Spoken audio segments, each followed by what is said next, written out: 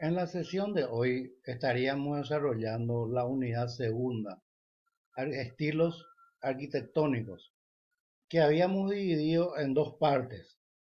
Y en la de hoy vamos a referirnos a la segunda y última parte de la unidad 2 de nuestro programa de estudios de la materia arquitectura del software.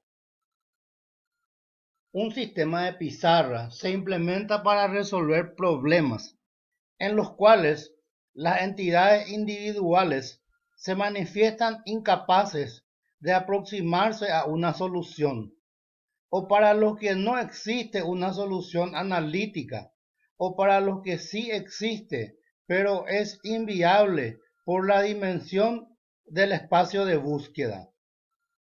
Habitualmente, en la práctica, se utiliza en sistemas expertos, sistemas multiagente y en general en sistemas basados en el conocimiento. ¿Y qué es un sistema experto? Un sistema experto es un sistema que se encarga de hacer un análisis previo de diferentes situaciones y luego como resultado emite lo que a su criterio sería la mejor solución del problema. En mi caso particular, tuve la ocasión de ver el funcionamiento de un sistema experto que se encargaba de hacer el encuadre de los recursos humanos con los que contaba la organización. Vale decir, ¿verdad? Su función era determinar el salario, ¿verdad? Y qué cargo debía tener esa persona conforme a la información que se le brindaba.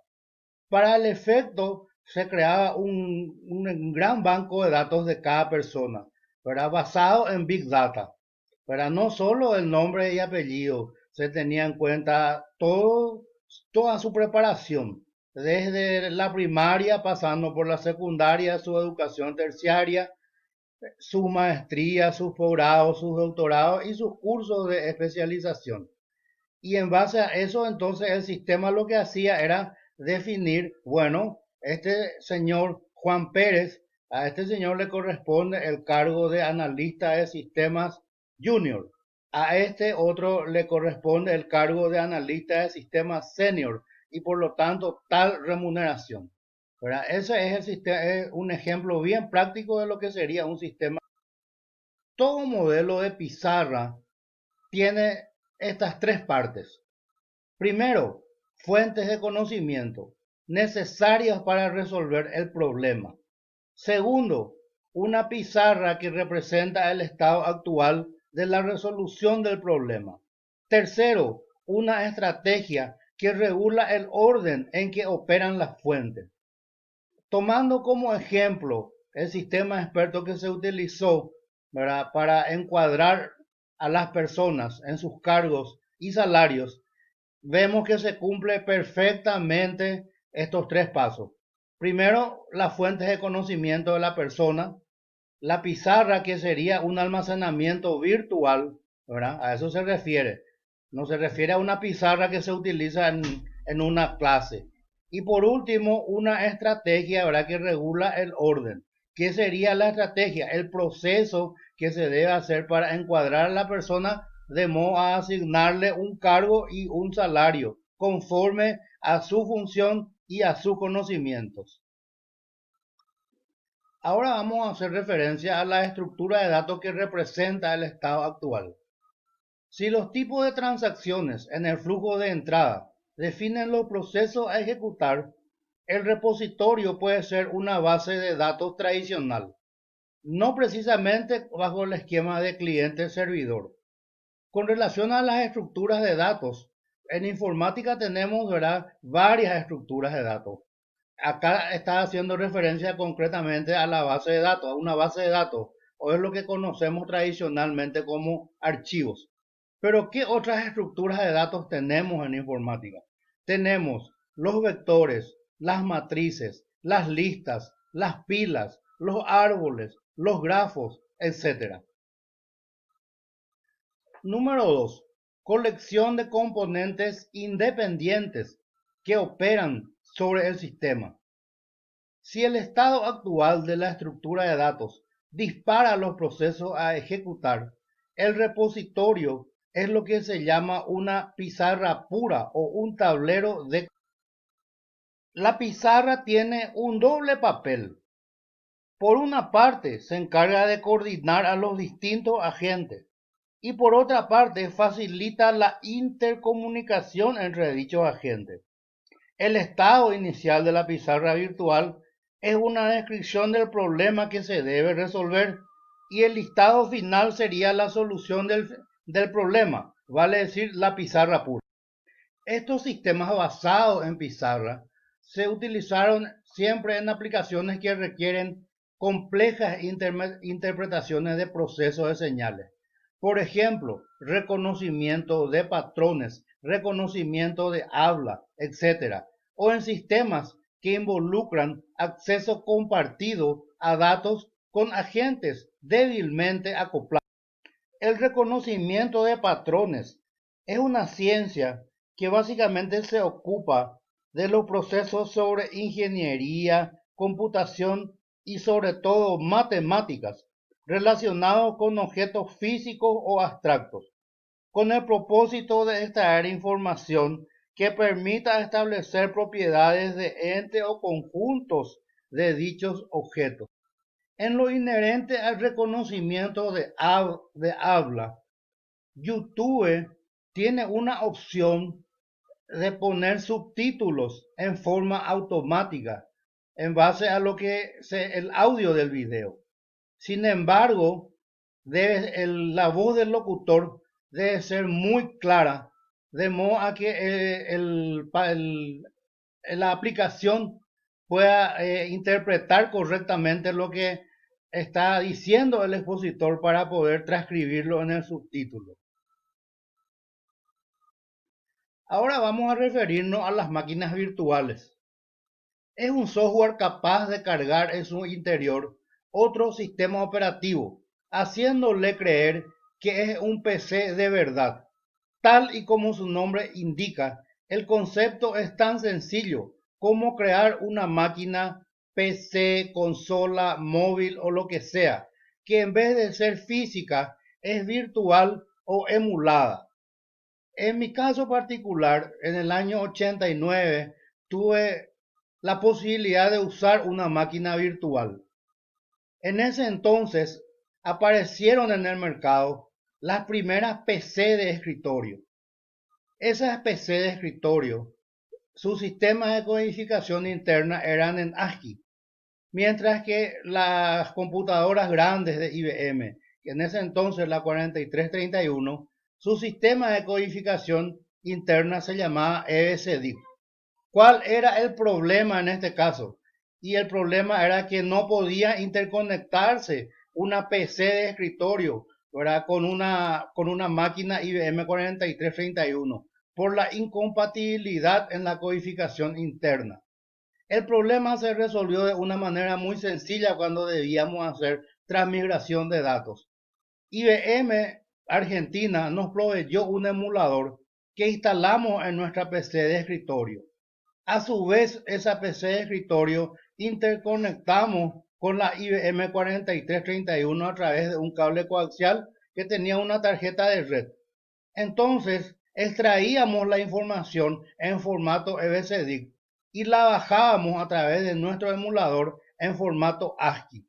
La información eran archivos de datos, venía como si fueran una cadena. ¿Qué significa eso? Que cada registro, conforme a su extensión, era en realidad una cadena y a través de programas teníamos que ir extrayendo cada uno de los campos que componía ese registro.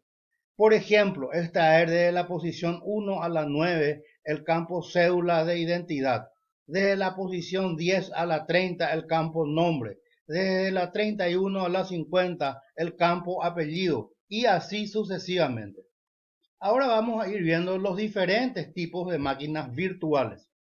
La primera de ellas, máquinas virtuales de sistema, es aquella que emula a un ordenador completo. En palabras llanas, es un software que puede hacerse pasar por otro dispositivo, como un PC por ejemplo, de modo que tú puedes ejecutar otro sistema operativo en su interior. Tiene su propio disco duro, memoria, tarjeta gráfica y demás componentes de hardware, aunque todos ellos son virtuales. Un ejemplo, ¿verdad? Es la máquina Atari 5120 de la década del 90. La Atari 5120 tenía su propio sistema operativo, muy parecido ya a lo que era el Windows, pero también tenía la posibilidad de trabajar como si fuera una PC de IBM. Para el efecto se le instalaba un emulador. Entonces, todos los programas que corrían bajo la PC de IBM o compatibles en este caso, también se podían ejecutar en la máquina 5120 a través de ese programa emulador. Eso sí, hay que reconocer que el proceso, la ejecución, ¿verdad? Era realmente muy lento. Ampliando un poco todo lo inherente a las máquinas virtuales de sistema, que sus componentes sean virtuales no significa que necesariamente no existan. Por ejemplo, una máquina virtual puede tener unos recursos reservados de 2 GB de RAM y 20 GB de disco duro, que obviamente salen de algún sitio. Sería del PC donde está instalada la máquina virtual, también llamado a veces hipervisor, host o anfitrión, siendo el término host el más utilizado. Otros dispositivos podrían realmente ser inexistentes físicamente, como por ejemplo un CD-ROM, que en verdad es el contenido de una imagen ISO en vez de un lector de CD de verdad. Windows, por ejemplo, distribuye una copia en formato ISO de su sistema por si necesitamos realizar una instalación de una unidad USB. Para el sistema operativo que se ejecuta dentro de la máquina virtual, toda emulación es transparente e invisible. Todo funciona igual, así se estuviera ejecutando en un PC normal, sin que sepa que en verdad está metido dentro de una burbuja dentro de otro sistema operativo. De hecho, nada te impide hacer como en la película Inception Origen y crear otra máquina virtual dentro de la anterior máquina virtual. Es exactamente eso lo que se hacía con la Atari 5120. Ahora bien, vamos a hablar de una máquina virtual de proceso que es menos ambiciosa que una de sistema, pues en vez de emular un PC por completo, ejecuta un proceso concreto como una aplicación en su entorno de ejecución. Suena algo esotérico, pero lo usas cada vez que ejecuta una aplicación basada en Java o avanzada en .NET Framework. Esto es de utilidad a la hora de desarrollar aplicaciones para varias plataformas, pues en vez de tener que programar específicamente para cada sistema, el entorno de ejecución, es decir, la máquina virtual, es el que se encarga de lidiar con el sistema operativo. Y tal vez esa sea la mayor fortaleza de Java, que es multiplataforma. Las máquinas virtuales de proceso te permiten disfrutar de aplicaciones que se comportan de forma igual en plataformas tan distintas como Windows, Mac o Linux. ¿Para qué se usan las máquinas virtuales? 1. Para poder probar otros sistemas operativos. 2. Para ejecutar programas antiguos. 3. Para poder usar aplicaciones disponibles para otros sistemas. 4. Para probar una aplicación en distintos sistemas. 5. Como seguridad adicional. Al estar aislada del resto, una máquina virtual te proporciona una seguridad adicional en tareas precisas en las que quieres estar seguro de que una aplicación no tendrá acceso al resto de tus datos. Sexto y último, para aprovechar su gran dinamismo. Por su naturaleza, las máquinas virtuales son muy útiles en ocasiones donde necesitas un extremo dinamismo en el sistema. Puede guardar estados, ampliarlas, moverlas a un hardware totalmente distinto y seguirán funcionando sin problemas. De esta manera, damos por finalizada la segunda y última parte de la unidad 2 del programa de estudios. Muchas gracias.